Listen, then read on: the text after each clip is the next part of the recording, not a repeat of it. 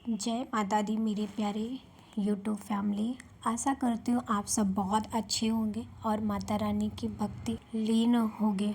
माता रानी आप सभी की सदैव रक्षा करे, आपके जीवन के हर बाधाओं को दूर। आज मैं आप सभी को स्कंद माता की कथा सुनाऊंगी। माँ स्कंद माता की कथा हिंदू धर्म ग्रंथों और पुराणों में बहुत महत्वपूर्ण है। ये शक्ति के वात्सल्य रूप पराकाष्ठा है। यहाँ देवी के इस स्वरूप, उनके जन्म की कथा, तारकासुर वध और उनके आध्यात्मिक महत्व का विस्तृत वर्णन करती हूँ। नवरात्रि के 5वें दिन माँ दुर्गा के 5वें स्वरूप माँ स्कंद माता की पूजा की जाती है। स्कंद भगवान कार्तिकेय का ही एक नाम है और माता का अर्थ है माँ। वे भगवान स्कंद कार्तिकेय की माता है, इसलिए उन्हें स्कंद माता कहा जाता है। माँ स्कंद माता का स्वरूप अत्यंत भाव और ममतामयी है। स्कंद माता की पूजा नवरात्रि के 5वें दिन साधक को अत्यंत शुद्ध मन से माँ की आराधना करनी चाहिए। स्नान और संकल्प सुबह जल्दी उठकर स्नान करें और स्वच्छ वस्त्र पीले या सफ़ेद रंग के धारण करें। कलश पूजन, सबसे पहले कलश और उसमें स्थापित देवताओं की पूजा करें। माता का आवाहन मंत्र का माँ स्कंद माता का ध्यान करें। उन्हें फूल, फल, धूप, दीप और नैवेद्य अर्पित करें।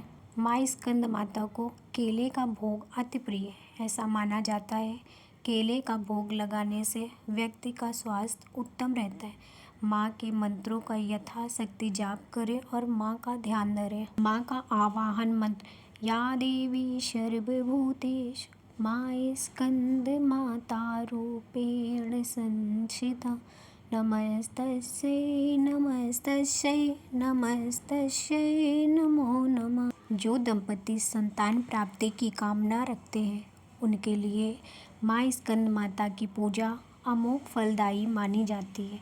माता की कृपा से भक्त के लिए मोक्ष के द्वार खुल जाते हैं और वो परम शांति का अनुभव करता है। माँ की आराधना से जातक की बुद्धि तीव्र होती है और ज्ञान का प्रकाश फैलता है, क्योंकि वे कार्तिकेय मतलब शक्ति की देवता है, देवता की माता है। इसीलिए उनकी पूजा से भक्त निडर और साहसी बनता है। जो भक्त सच्चे मन से स्कंद माता की शरण में जाता है उसके लौकिक और पारलौकिक सभी मनोरथ पूर्ण करती हैं। माँ स्कंद माता सभी की झोली की कृपा से मूर्ख विज्ञानी बन जाता है। कालिदास जी के बारे में भी कहा जाता है कि उन्हें रघुवंशम और मेघदूतम जैसे महाकाव्य लिखने की प्रेरणा माँ स्कंद माता की कृपा से ही मिली थी। अब मैं आप सबको माता स्कंद माता का कथा सुनाने जा रही हूँ। आप ध्यानपूर्वक एकाग्रचित्त होकर माँ का ध्यान करिए और मैं आपको जो कथा सुनाती हूँ उसको बड़े रोचक तरीके से सुनिए। माँ स्कंद माता का स्वरूप अत्यंत भाव और ममतामयी है। उनकी 4 भुजाएं हैं। दाएं तरफ की ऊपर वाली भुजा में उन्होंने भगवान स्कंद को गोद में पकड़ा हुआ है। नीचे वाली भुजा में कमल का पुष्प है। बाईं ओर की ऊपरी भुजा वर मुद्रा में है और नीचे वाली भुजा में भी कमल पुष्प सुशोभित है। उनका वर्ण पूर्णतः सफ़ेद है और वे कमल के आसन पर विराजमान रहती हैं, जिसके कारण उन्हें पद्मासना देवी भी कहा जाता है। उनका वाहन सिंह है, जो शौर्य और साहस का प्रतीक है। प्राचीन काल में तारकासुर नाम का एक भयानक राक्षस था। उसने ब्रह्मा जी की कठोर तपस्या की। जब ब्रह्मा जी प्रकट हुए तो तारकासुर ने अमर होने का वरदान मांगा। ब्रह्मा जी ने कहा कि जिसका जन्म हुआ है उसकी मृत्यु निश्चित है।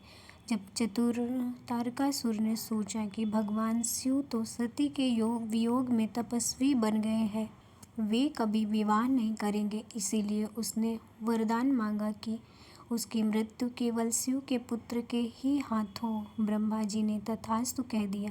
वरदान पाकर तारकासुर निरंकुश हो गया। उसने स्वर्ग पर आक्रमण कर दिया और देवताओं को स्वर्ग से निकाल दिया। चारों ओर हाहाकार मच गया। देवतागण भगवान विष्णु और ब्रह्मा जी के पास गए। उन्होंने बताया कि केवल शिव का ही पुत्र इस संकट से मुक्ति दिला सकता है। इधर मां पार्वती ने भगवान शिव को पति रूप में प्राप्त करने के लिए कठोर तपस्या की थी। अंततः शिव जी ने पार्वती को स्वीकार किया और उनका विवाह संपन्न हुआ। लेकिन तारकासुर के अंत के लिए शिव और पार्वती के तेज का मिलन आवश्यक था।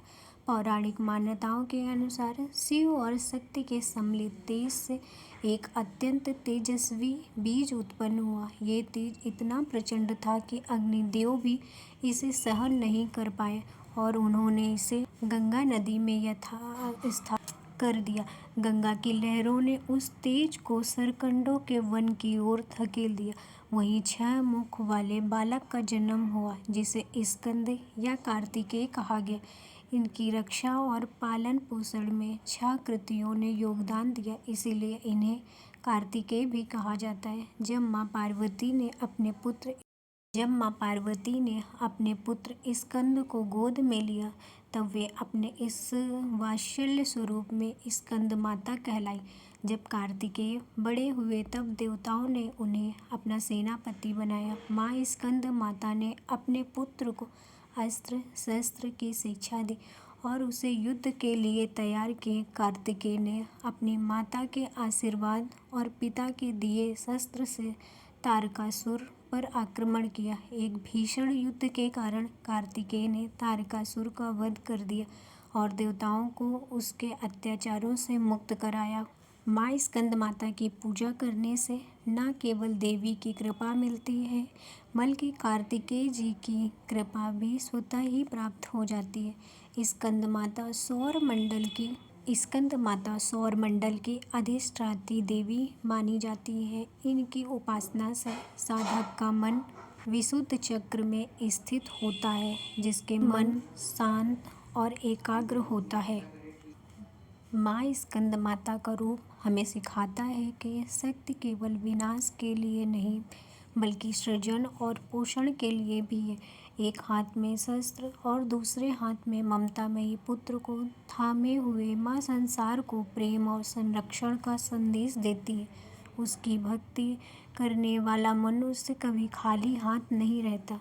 जो भक्त सच्चे मन से मां स्कंद माता की शरण में जाता है, उससे लौकिक और पारलौकिक सभी मनोरथ पूर्ण होते हैं।